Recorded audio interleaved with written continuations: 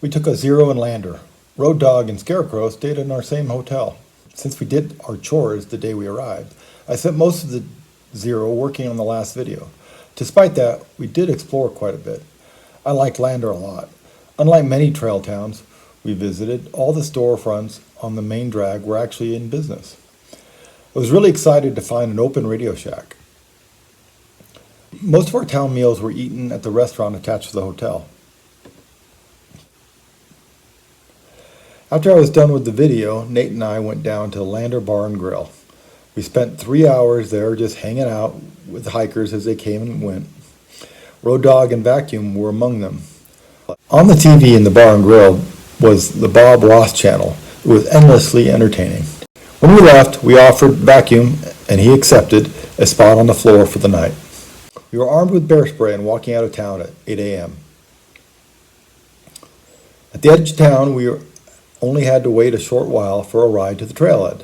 The trail angel was a lady who was an equestrian that does trail maintenance on the stretch of trail that we'd be hiking on. In the last section, Nate ran into a wild horse that was being aggressive. The lady told us we could use bear spray on them, but if we did, it would kill them because horses can't breathe through their mouths. Horse facts!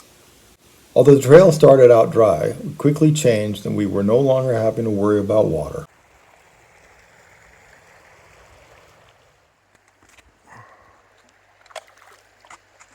It was a pretty easy day because there was a great campsite at exactly 20 miles. Road Dog caught up and camped with us. We had a great time together. We even had a fire so I could grill a steak. Check out those grill marks.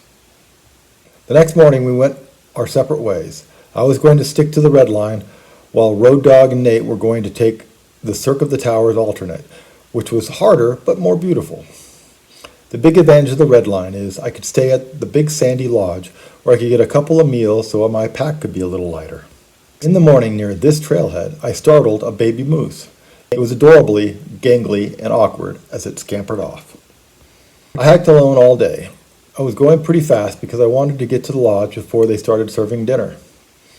At one point, I walked through a long tunnel of blowdowns that were mercifully cut back for us hikers.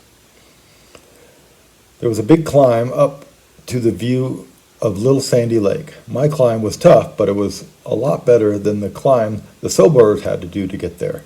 Fortunately, I could walk down what they had to walk up. All the water meant water crossings. This is where the Cirque of the Towers alternate headed off the red line. It wasn't until I saw these lily pads that I realized I really haven't seen very many on the CDT. Meadows are pretty, but their bog water is not appreciated. Biggest rock cairn ever. Here I realized I was halfway through Wyoming. Some chainsaw art is better than others. It was a hot day, but fortunately there was water. The afternoon was idyllic. The Wind River Range loomed over me as I approached the lodge. The trailhead near the lodge was packed with cars, and this was 5:30 on a Sunday. You could see on the far out topo maps didn't really exist, so I had to cross country it, where I discovered this impressive wood anthill. I'd never seen anything like it. I got to the lodge at 6 so I could relax for a half hour before dinner. I showered after dinner but couldn't sleep right away because the cabin was so hot. In fact, the cabin had no electricity. I got up early the next day to work on the video by the light of an oil lamp. Had breakfast and got a bag lunch before heading out. Looking closely at this pronghorn, you can really see how they're more closely related to giraffes than true antelopes. One of the lodge wranglers gave me instructions on how to get to the CDT on trails not on the map. I passed a youth camp. I don't know how the kids could stand the mosquitoes. As soon as I stopped, I was surrounded by a cloud of them. Can't slow down. Got to keep moving. In this large meadow, I ran into a lady and her dog. What a good boy, carrying some weight. This was quite a morning. I saw a porcupine,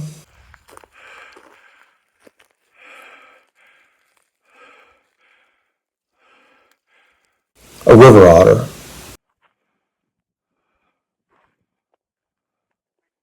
and a moose that just didn't care about me.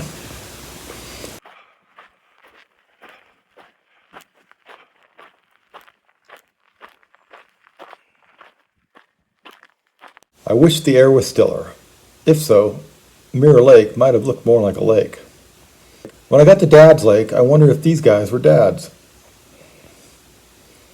Can you imagine being done for the day and having your tent up at 11? I feel weak compared to other thru-hikers, but it's nice to fly by the weekend warriors. Around noon, I started to climb into the Wind River Range. I was no longer seeing them just at a distance, but now I was in their midst. I stopped at the place where Nate and Road Dogg would rejoin the CDT to have my bag lunch. These two kept landing near me and going through some sort of dance. This guy looked and acted like a shorebird at the ocean.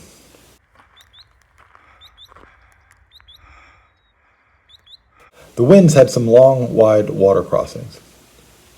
Communicating with Nate with my Garmin, I found out that he was a ways back. He stopped at multiple lakes to swim. That made me want to swim, but this spot had the dead cow smell. High plains, 360 views. I was really enjoying Wyoming.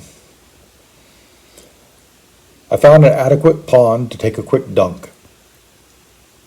I was still a ways ahead of the guys, so I stopped and laid on the beach. The mosquitoes weren't that bad. Looks like a pond, but it is actually a creek crossing. After sunset, the guys caught up. I had a 21-mile day, but Nate and Road Dogg had a much tougher morning. The next morning, I was up and going before Nate. We camped right next to Halls Creek, which was the widest crossing yet. On day 4, mosquitoes surrounded me like a cloud. I was alone until midday, where I stopped on top of Hat Pass after spraying myself liberally with DEET. I had signal, so I talked to Julie and uploaded some video shorts.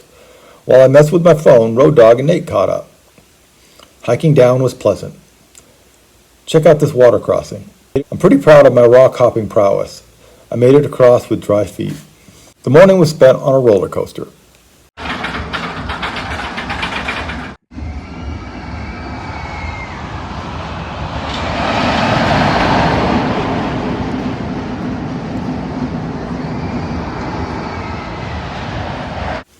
The afternoon was spent climbing to Lester Pass.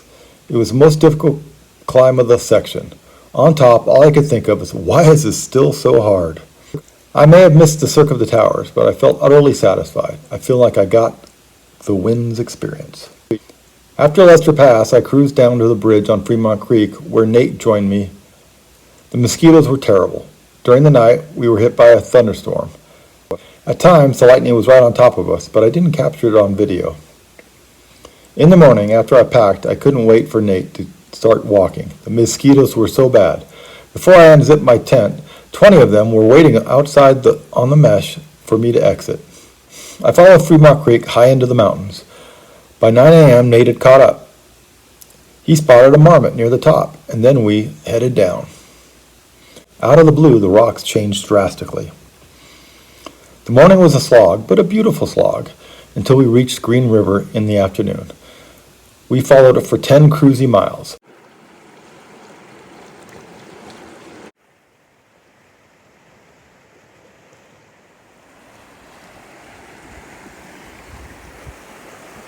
Around 6 p.m., it started to rain pretty good, so I set up my tent. Nate hiked right by me because, as he said, it's just water. He kept going until he came to the Green River Lakes recreation area, where he swam in the lake despite the weather. The next day started slow because I wanted to visit the recreation area. I imagined using a restroom, eating at a picnic table, throwing out my trash, and getting water that I didn't have to filter. The place was much more bare bones than I imagined.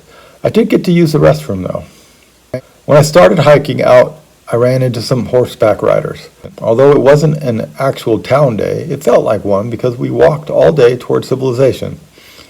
There was a trail that used to be part of the official CDT and now is just an alternate that we took to Sheridan Pass. On the trail that was just a dirt road, we were offered a ride. The generous fisherman drove us to Dunor, which had just one thing, a restaurant and a lodge. It was called the Line Shack. We got some burgers before hiking a couple more miles to Stealth Camp next to a cell tower. In the morning, we followed Union Pass Road for a while until a runner driving to a race gave us a ride to Highway 26. From there, we got a hitch to Dubois. The boys. We got dropped off at a wonderful laundromat where we cleaned our clothes and our bodies. Afterwards, we got lunch before continuing to the town's Episcopal church, where we could stay a couple of days for a donation. Snake count, 6. I saw a whip snake wiggle in these plants, this garter snake, and another garter snake that I completely missed recording. Trail stop checklist. Dubois.